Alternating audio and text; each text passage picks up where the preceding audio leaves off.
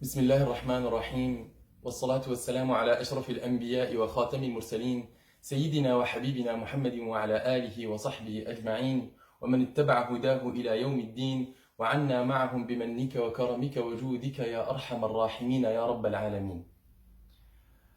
Durant une bataille, le prophète sallallahu alayhi wa sallam va mettre deux compagnons devant sa tente. Ces deux compagnons vont se mettre d'accord. L'un va dire je dorme la première moitié de la nuit et le deuxième va dire je dormirai la deuxième moitié de la nuit. Et donc ils vont faire ça en alternance. Donc pendant que le premier dormait, le deuxième lisait le Coran et priait Allah subhanahu wa ta'ala. L'ennemi, le camp d'ennemi, va remarquer qu'il n'y a qu'une seule personne qui est autour du clan des musulmans. Et alors ils vont jeter une flèche, ils vont lancer une flèche, et elle va rentrer dans la poitrine de l'homme qui priait. Première flèche, et cet homme reste debout, continue à prier, en pleine concentration. Une deuxième flèche arrive, et il continue sa prière. Et lorsque la troisième flèche arrive et qu'il tombe, son compagnon à côté de lui se réveille. Et lui dit, mais qu'est-ce qui se passe? Comment se fait-il que tu ne m'as pas réveillé à la première flèche que tu as reçue? Et il lui répondra une phrase qui m'a interpellé et qui fera le sujet, Inch'Allah ta'ala, de ce petit rappel d'aujourd'hui. Il va lui dire Kuntu fi suratin walam urid an aqta'aha. J'étais en train de lire une sourate et je ne voulais pas la couper. Subhanallah. Je me disais, mais comment se fait-il que ce compagnon arrive à ce point-là de concentration dans la prière? Comment se fait-il qu'il est arrivé à voyager dans sa prière et voyager et comprendre ses versets et vivre avec ces versets au point qu'il ne réveille même pas son compagnon lorsqu'il reçoit une flèche en plein corps? C'est sûrement quelque chose d'extraordinaire. Et donc j'ai commencé à faire mes recherches et essayer de lire les livres qui parlent de la concentration de la prière. Et je vais essayer, Inch'Allah subhanahu wa ta'ala, de vous faire un résumé de ce que j'ai pu trouver et comment pouvoir justement vivre ces moments-là. Ibn al-Jawzi radiyallahu anhu arda disait Inna fi rawdatin ta'amuna fiha al-khushu' sharabuna fiha ad-dumu'. Nous sommes dans un paradis, nous sommes dans un jardin, nous sommes dans un paradis dont notre substance et notre concentration justement et notre humilité dans notre prière, et notre boisson est nos larmes. Donc il parlait de ces moments de prière, ces moments de plaisir intense qu'il avait. Lorsqu'on entend ces gens parler de leur prière, on se dit, mais est-ce que c'est la même prière que j'effectue moi 5 fois par jour, en plus des autres prières sunan, donc des surrogatoires? Je ne suis pas sûr. En tout cas, ils vivent un moment assez intense avec Allah subhanahu wa ta'ala. Comment se fait-il que ces gens goûtaient à cette prière comme si c'était un plat? Dhaqu ta'am al-iman. Le prophète sallam va parler du goût de la foi. Donc la foi, elle a un goût. Mais comment se fait-il que ces gens-là vivaient justement à chaque instant? Mais d'ailleurs, ma chère sœur, mon cher frère, je suis sûr que toi-même tu l'as vécu. Et plus d'une fois. N'est-ce pas un jour, tu étais sûrement en train de prier et tu ne ressentais plus rien autour de toi? Ou un jour, pendant le tarawih, l'année passée, tu étais en plein tarawih et l'imam lisait un verset qui t'interpelle. Et puis, subhanallah, tu commences à pleurer seul dans les rangs. Ou une prosternation où tu étais complètement concentré et tu n'as rien ressenti autour de toi. Ou 2 rak'at qui ont duré peut-être 1 heure, mais pour toi c'était comme si c'était quelques minutes. Eh ben, c'est vers cela que j'aimerais, Inch'Allah ta'ala, aujourd'hui parler. Et afin que la plupart de nos prières, si pas toutes, on ressent, Inch'Allah ta'ala, ce goût-ci. Alors, comment arriver à ce goût? Par où commencer? Pourquoi je l'ai de temps en temps et puis ça repart? Un ensemble de questions auxquelles je vais essayer de lui répondre, Inch'Allah ta'ala, durant cette intervention. Alors, énormément de versets nous parlent de cette concentration dans la prière, nous parlent de ce moment de khushu'. Allah subhanahu wa ta'ala dit « Aqimis salata li dhikri » Et dans un autre verset, en parlant de personnes qui ont bu, il dit Hatta ta'lamu ma taqulun. Regardez, Allah subhanahu wa ta'ala nous parle de certaines caractéristiques de la prière. Aqimis salata li dhikri. Et puis, Hatta ta'lamu ma taqulun. Jusqu'à ce que vous saviez, c'est ce que vous êtes en train de dire. Nous n'allons pas se mentir. Combien de fois nous n'avons pas commencé à dire Allahu Akbar et on est parti dans la Fatiha et puis dans une sourate et puis on ne sait plus qu'est-ce qu'on a lu. Est-ce que j'ai prié 2 puis j'ai prié 4 et des prières comme ça s'enchaînent. On n'a plus aucun goût à réaliser réellement notre prière et quel effet cette prière finalement va avoir sur nous. Les Sahaba radouanullahi alayhim et les pieux prédécesseurs, pour eux, la prière était la solution à leurs problèmes. Comme à l'instar du prophète sallallahu alayhi wa sallam qui dit à Bilal ibn Rabah, Arihna biha ya Bilal. Appelle à la prière ya Bilal afin qu'on puisse se reposer, afin qu'on puisse vivre cette sérénité. Lorsque le prophète Sayyida Aisha radiyallahu anha va dire, Kana Nabiyu sallallahu alayhi wa sallam idha faza'ahu shay, dhahaba ila as-salah. S'il y a quelque chose qui le dérange, s'il il est dérangé par certaines choses, par une nouvelle ou par autre, eh ben, il s'abrite dans la prière. Et c'est pour ça qu'il appellera Bilal en disant « Arihna biha ya Bilal ». Appelle à cette prière et fais en sorte qu'elle devienne notre moment de repos. La question qui se pose, et moi, qu'est-ce que je dis lorsque je prie? Est-ce que je dis aussi « J'attends ce moment de prière avec impatience » ou alors c'est plutôt je la laisse jusqu'à la dernière minute et je dis au moins une chose de faite. Tu sais quoi, je vais prier comme ça, au moins une chose de faite. Eh ben, comment passer de au moins une chose de faite à Arihna biha ya Bilal. Donc, subhanallah, cette conférence, je l'avais développée dans une série de conférences du nombre de 4, mais je vais essayer ici de synthétiser. Et je vous donnerai quelques clés, et en espérant, Inch'Allah, binna subhanahu wa ta'ala, que vous allez faire ce travail par la suite. Donc je vais vous donner, Inch'Allah, 6 clés. 6 clés de porte que vous allez vous-même par après essayer d'expérimenter, essayer de vivre ces moments, parce que la concentration dans la prière ne vient pas comme ça en une seconde. Non, c'est tout un travail qui de longue haleine. Mais Inch'Allah, binna ta'ala, lorsqu'on y goûte, on ne sait plus s'en passer. Alors beaucoup, pour eux, le khushu' est justement juste le fait de contenir, d'attraper ses pensées. Parce que souvent, lorsque je prie, je pense à un problème que j'ai eu. J'essaye de me rappeler où j'ai déposé telle chose ou telle chose. Je pense aux courses. Je pense aux devoirs de mes enfants. Je pense à mon examen à la fac. Ou etc., etc., etc. Et pour beaucoup, le fait de se concentrer dans la prière, c'est justement éloigner ses pensées. Et c'est vrai, c'est la première clé. Adamus sarahan, ou hudurul qalb, le fait de rappeler son cœur, rappeler ses pensées, éloigner toute autre chose que ce que tu es en train de faire. Donc ça, c'est la première clé. Et j'ai pas besoin de m'étaler longtemps sur cette clé, parce qu'elle est facile à comprendre, mais peut-être un élément afin de pouvoir justement intégrer cette première clé, c'est de se rappeler pour qui on prie. Souvent, on prie, on met notre tapis, peut-être au milieu du salon, avec plein de bruit autour, mais c'est normal qu'on n'arrive pas à se concentrer. Et puis, un deuxième élément, c'est qu'on oublie que c'est pour Allah subhanahu wa ta'ala. Mais qui est Allah subhanahu wa ta'ala? Quelle est la place de Dieu dans ton cœur? Quelle est ta conception de Dieu dans tes pensées? C'est celui qui quoi? Eh ben, quand tu reviens sur les attributs d'Allah subhanahu wa ta'ala et sur ses noms, eh ben, tu redécouvres finalement le fait que tu es en train d'adorer Allah subhanahu wa ta'ala, le créateur de l'univers. Allah subhanahu wa ta'ala, c'est lui qui te donne tout ce que tu as autour de toi. C'est lui qui te permet de respirer à chaque instant, à chaque seconde. Subhanallah, dernièrement, j'ai regardé un reportage et un homme pleurait en Italie.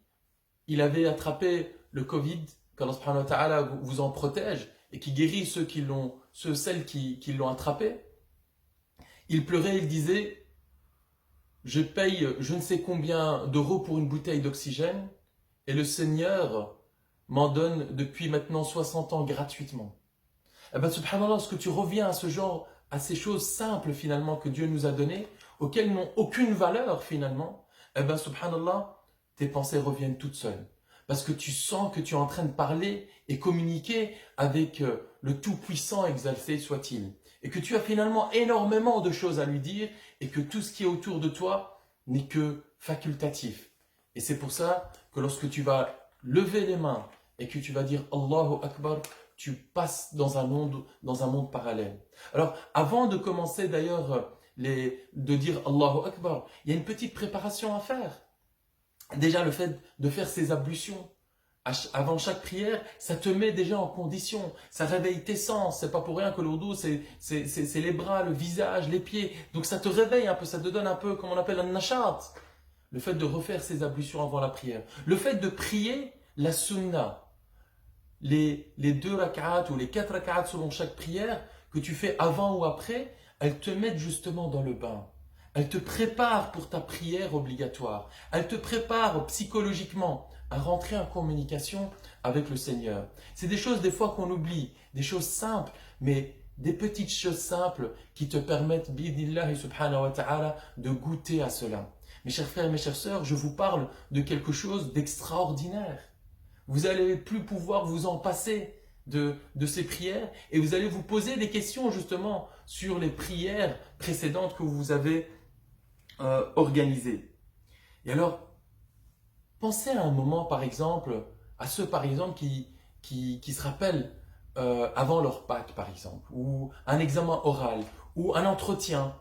Tu cherches, ça fait 3 ans du boulot et voilà que tu as un entretien hyper important. Comment tu es quelques secondes avant d'entrer à cet examen oral ou à cet entretien? Est-ce que tu penses à autre chose que ce que tu vas avoir juste après derrière cette porte? Est-ce que tu penses à ton match de la tantôt, ou à ta série ou à ton portefeuille ou je ne sais pas quoi? Non, tu es en pleine concentration. Et bien lorsque tu remets Allah subhanahu wa ta'ala dans ton cœur et dans ton cerveau, et bien subhanallah, tu te prépares réellement à quelque chose d'extraordinaire. Ça, c'est la première clé. La deuxième clé, c'est la compréhension, al-fahm. Al-fahm mada taqra wa mada taqul. Le fait de comprendre ce que tu es en train de lire et ce que tu es en train de dire. Toute chose adore Allah subhanahu wa ta'ala. Toute chose se prosterne. Allah subhanahu wa ta'ala dit Alam tara anna Allah yasjudu lahu man fis samawati wal ard. Toute chose autour de nous se prosterne pour Allah subhanahu wa ta'ala. Mais nous, Allah subhanahu wa ta'ala nous a donné, l'être humain, Allah subhanahu wa ta'ala nous a donné un cerveau en plus. Al-aql. Donc le fait de comprendre, eh ben ça c'est quelque chose que l'animal n'a pas par exemple. Et nous, êtres humains, on a ce devoir de comprendre ce que nous sommes en train de dire. Alors, ça c'est une étape déjà supérieure. Parce que le fait de lire tous les jours Bismillahirrahmanirrahim, Alhamdulillahi Rabbil Alamin, Ar-Rahman le fait que ça devient un automatisme, eh ben, on oublie des fois certains secrets de ces versets. Mais quelle est la différence entre Ar-Rahman ou Ar-Rahim? C'est quoi Maliki Yawmiddin ou Maliki Yawmiddin? Iyaka na'budu wa iyaka nasta'in. Bimada nasta'inu bika ya Rabb. Donc, quelle est la différence entre Ar-Rahman ou Ar-Rahim? Quelle est la différence? C'est quoi Iyaka na'budu wa iyaka nasta'in? C'est quoi Subhanallah lorsque je suis en ruku, en sujoud, Subhana Rabbi al-A'la, Subhana Rabbi al-Azim, louange à toi, exalté soit-il. Ça veut dire quoi exactement tout cela? Eh bien, lorsque tu reviens à ces choses, comme je vous ai dit, simples, Subhanallah, tu les vis tout autrement. D'ailleurs, vous vous êtes posé la question? La prière, n'est-ce pas l'acte où on demande à Allah subhanahu wa ta'ala pardon, justement? Cet acte qu'Allah subhanahu wa ta'ala fait en sorte qui nous fait monter dans les degrés du paradis et nous efface des péchés. Mais par contre, lorsqu'on commence et à chaque mouvement, on dit Allahu Akbar. Dieu est le plus grand. Pourquoi pas Astaghfirullah? Pourquoi pas Subhanallah? Alhamdulillah? La ilaha illallah? Non, Allah subhanahu wa ta'ala nous a dit Allahu Akbar. Allahu Akbar avec ce mouvement des mains. Regardez, Allahu Akbar. Dieu est plus grand que tout. Parce que chaque fois que je suis en train de prier, je suis en train de penser à quelque chose. Et justement, c'est Allahu Akbar viennent pour me rappeler que Dieu est bien plus grand que toute autre chose. Allahu Akbar min mashakili, Allahu Akbar min masaibi, Allahu Akbar min imtihanati. Dieu est bien plus grand que mes examens et que mes problèmes. Dieu est plus grand que mes épreuves. C'est justement vers lui que je suis en train de me retourner afin qu'Allah subhanahu wa ta'ala me résout tout cela. Et alors, Allahu Akbar, Dieu est bien plus grand. Et subhanallah, quand tu commences à intégrer et voir ces choses, tu dis, ah ben subhanallah, bien sûr il y a un sens, mais en plus de cela, eh ben, tu comprends certaines choses. Et ça te permet encore plus de rentrer dans cette concentration.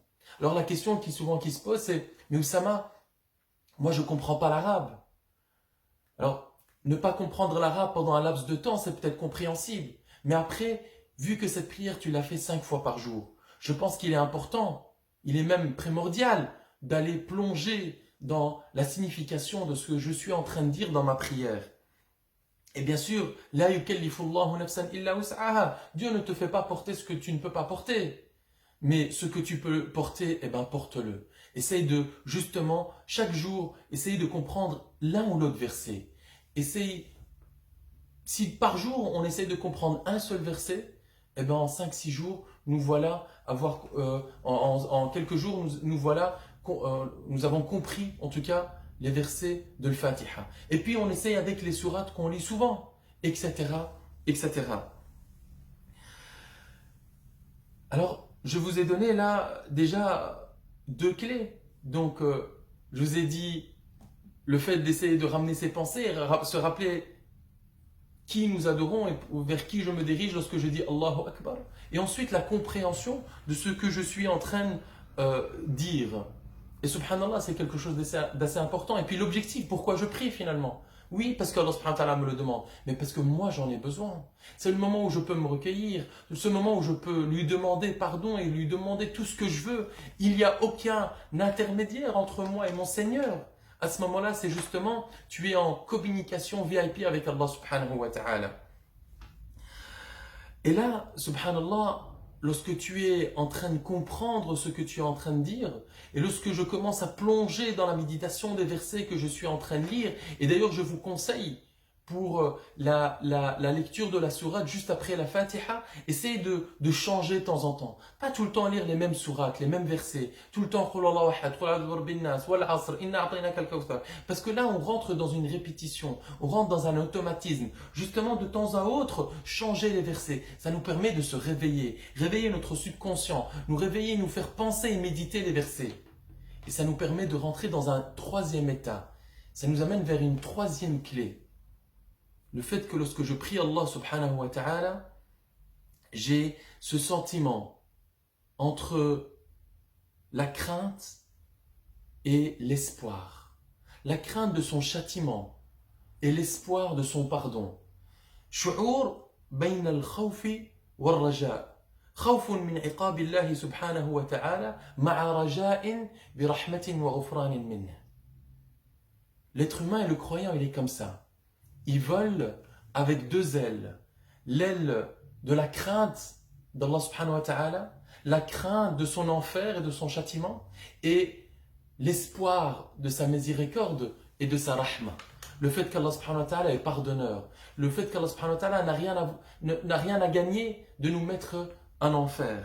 Et donc, l'être humain, justement, le croyant, vit entre ces deux-là. Lorsqu'il est en plein péché, il se rappelle de la colère d'Allah subhanahu wa ta'ala. Il se rappelle du châtiment. Et alors il s'ajuste.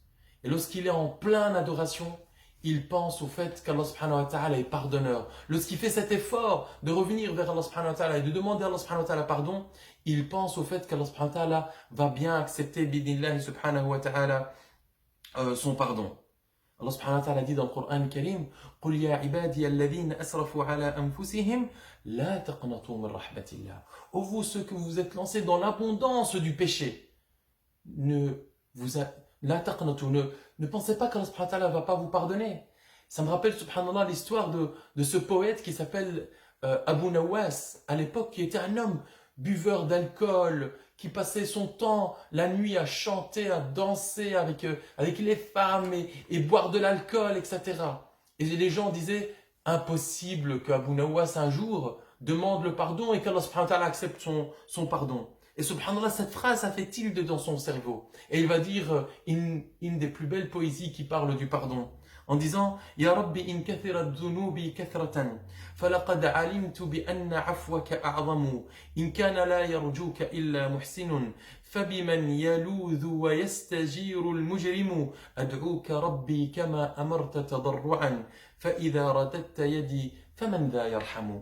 Il parle et dit, Ya Allah, tu sais très bien que j'ai énormément de péchés, mais je sais très bien que ton pardon est bien plus grand que cela.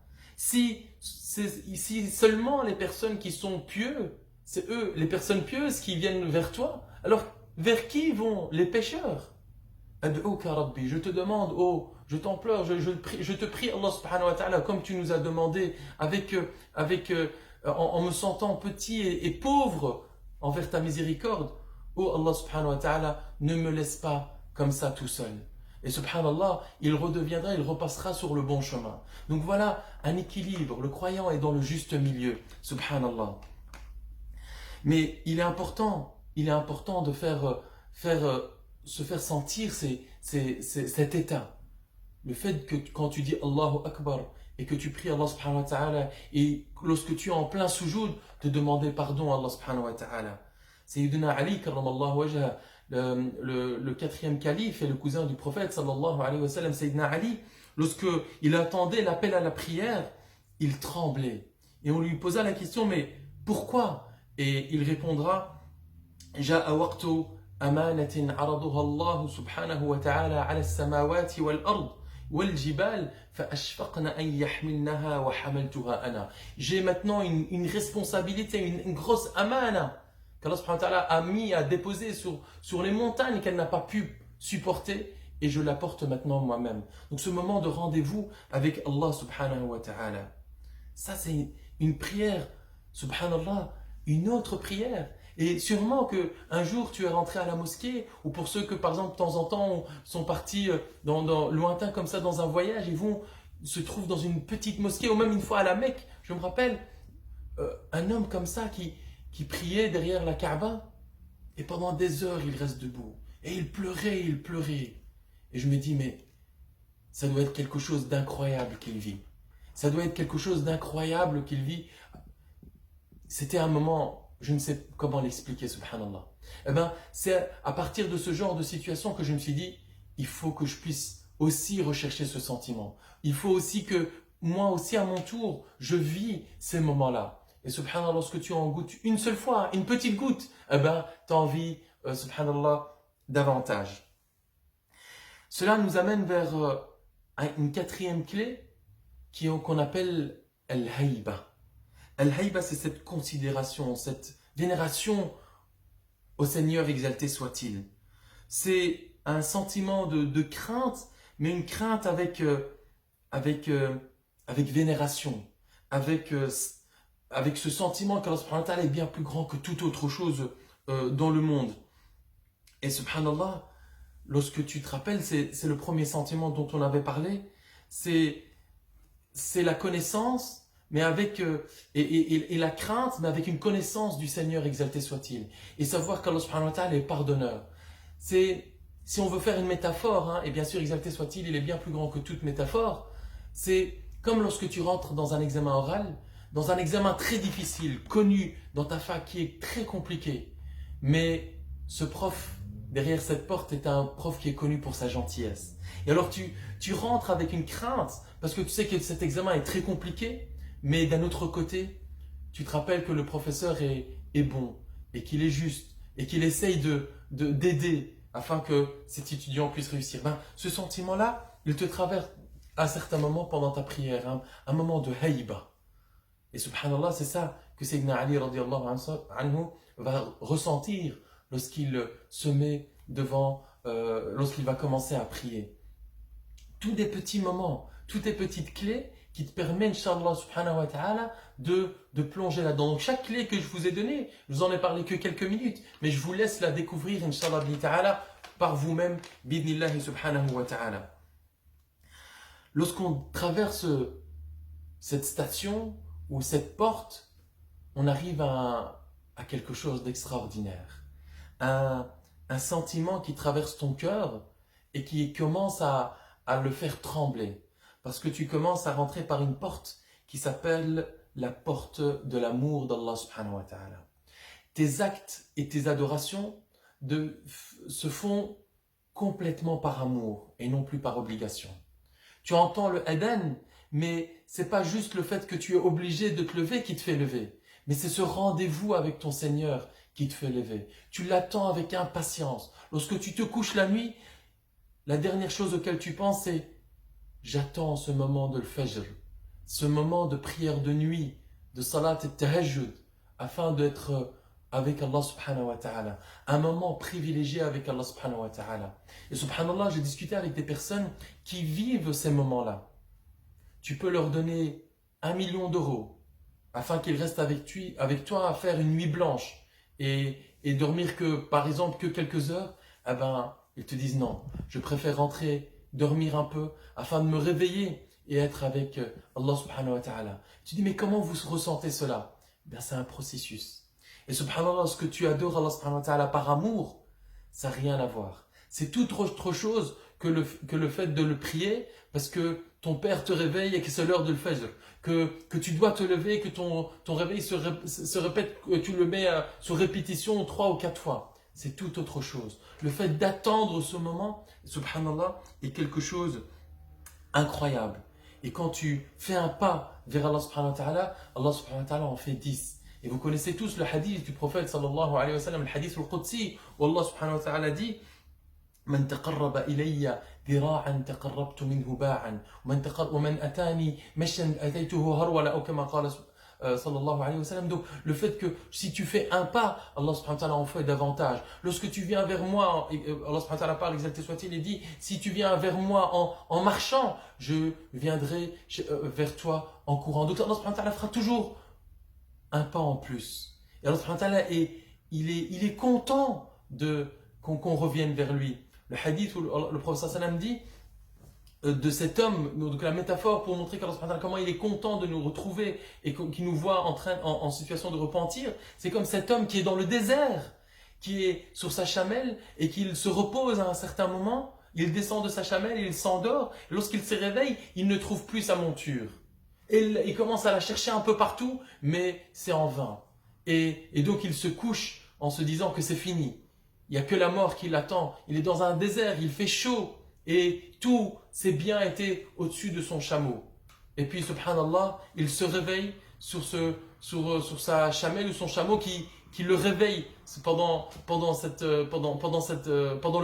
que le soleil le tape sur le visage. Et il est tellement content qu'il dit « Ô Seigneur, je suis ton Seigneur et tu es mon serviteur, Dieu merci. » Donc, il est tellement content qu'il ne sait plus qu'est-ce qu'il est en train de dire. Et bien, Allah subhanahu wa ta'ala est encore bien plus, il est bien plus content lorsque tu lui demandes ce pardon. Eh bien, subhanallah, lorsque tu as ce rendez-vous et que tu attends impatiemment ce rendez-vous, eh bien, subhanallah, rien ne compte à ce moment-là. D'ailleurs, même plus le nombre d'heures de prière que tu fais.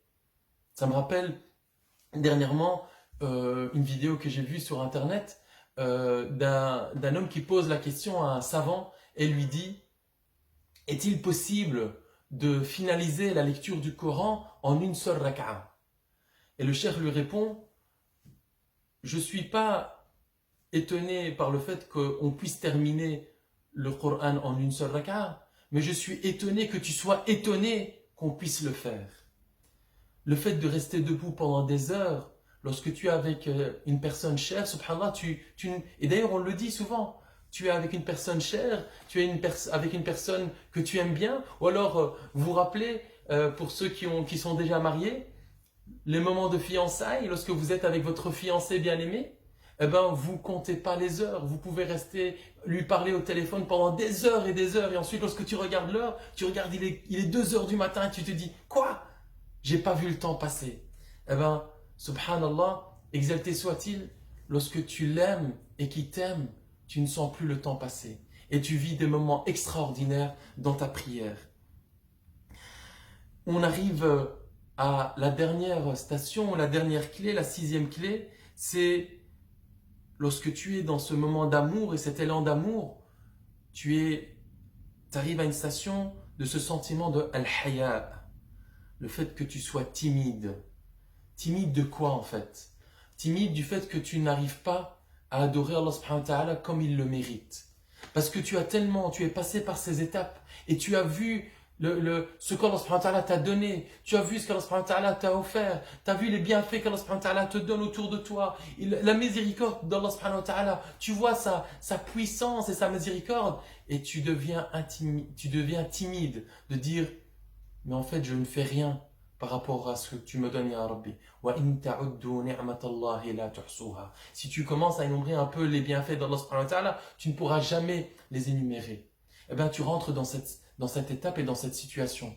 Tu ne sais plus, tu pries et tu pries encore davantage et tu sais que c'est pas encore assez. Et alors c'est pour ça que tu multiplies les prières, tu multiplies les lectures de Coran, tu multiplies les invocations et les dévocations envers Allah subhanahu wa ta'ala. Voilà un ensemble de stations, un ensemble de moments que vous pouvez et qu'on peut vivre afin de rentrer dans nos prières et qu'on puisse vivre comme ce compagnon et comme le prophète sallallahu alayhi wa sallam vivait leurs prières. Ou comme ce compagnon on lui avait dit qu'il fallait amputer sa jambe parce qu'il y avait la gangrène qui mangeait et qu'il montait petit à petit, qu'il va arriver à son genou.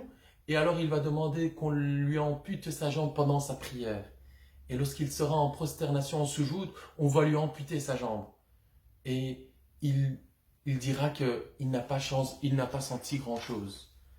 Mais c'est des moments incroyables. Subhanallah, je prie Allah subhanahu wa ta'ala à chaque instant de nous donner, vous donner, bidnillah subhanahu wa ta'ala, ce sentiment afin de vivre ces moments incroyables, de goûter à la prière et à une prière qui est une prière toute différente.